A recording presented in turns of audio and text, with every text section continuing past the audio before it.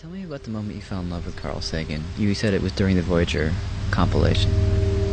Yes, it was. It was on June 1st, 1977. I had been looking for some time for that piece of Chinese music that we could put on the Voyager record and not feel like idiots for having done so.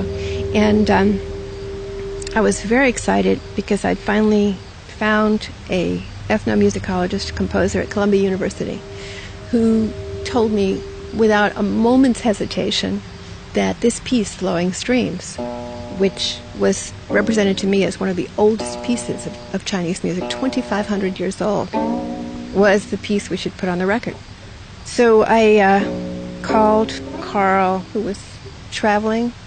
He was in Tucson, Arizona, giving a talk. And we had been alone many times during the making of the record and as friends for 3 years. And neither of us had ever said anything to the other. We were both involved with other people. We'd had these wonderful, soaring conversations, but we had both been completely just professional about everything and as friends. And he wasn't there, left a message. Hour later, the phone rings, pick up the phone, and I hear this wonderful voice. And he said, I get back to my hotel room and I find this message and it says, Annie called. And I say to myself, why didn't you leave me this message 10 years ago? And my heart completely skipped a beat. I can still remember it so perfectly. And I said, for keeps? And he said, you mean get married? And I said, yes.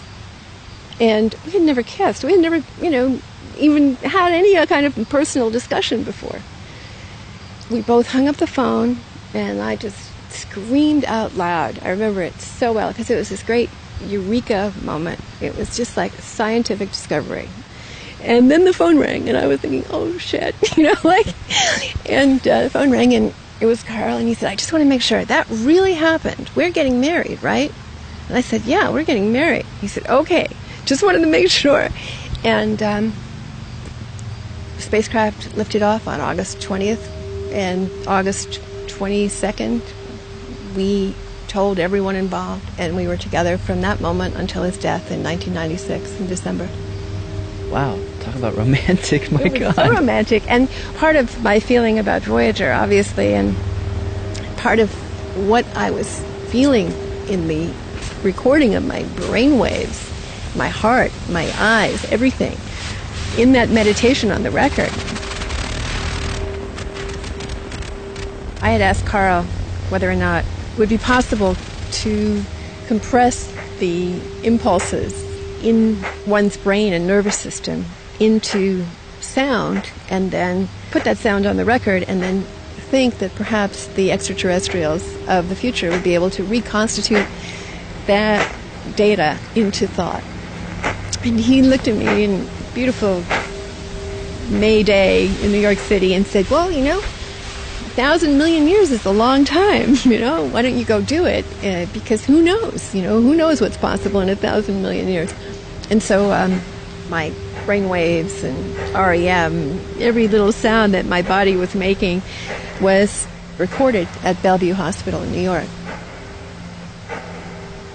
This was 2 days after Carl and I declared our love for each other. And so what I often think is that maybe 100 million years from now, somebody flags that record down. And I always wonder, because part of what I was thinking in this meditation was about the wonder of love and of being in love, and to know it's on those 2 spacecraft.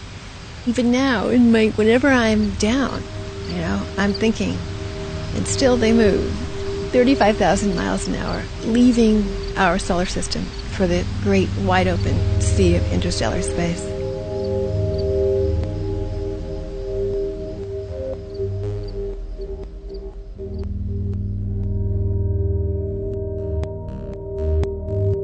Billions of years from now, the sun will have reduced this planet to a charred, ashy ball. But that record with Druyan's brainwaves and heartbeat on it will still be out there, somewhere, intact, in some remote region of the Milky Way, preserving a murmur of an ancient civilization that once flourished on a distant planet.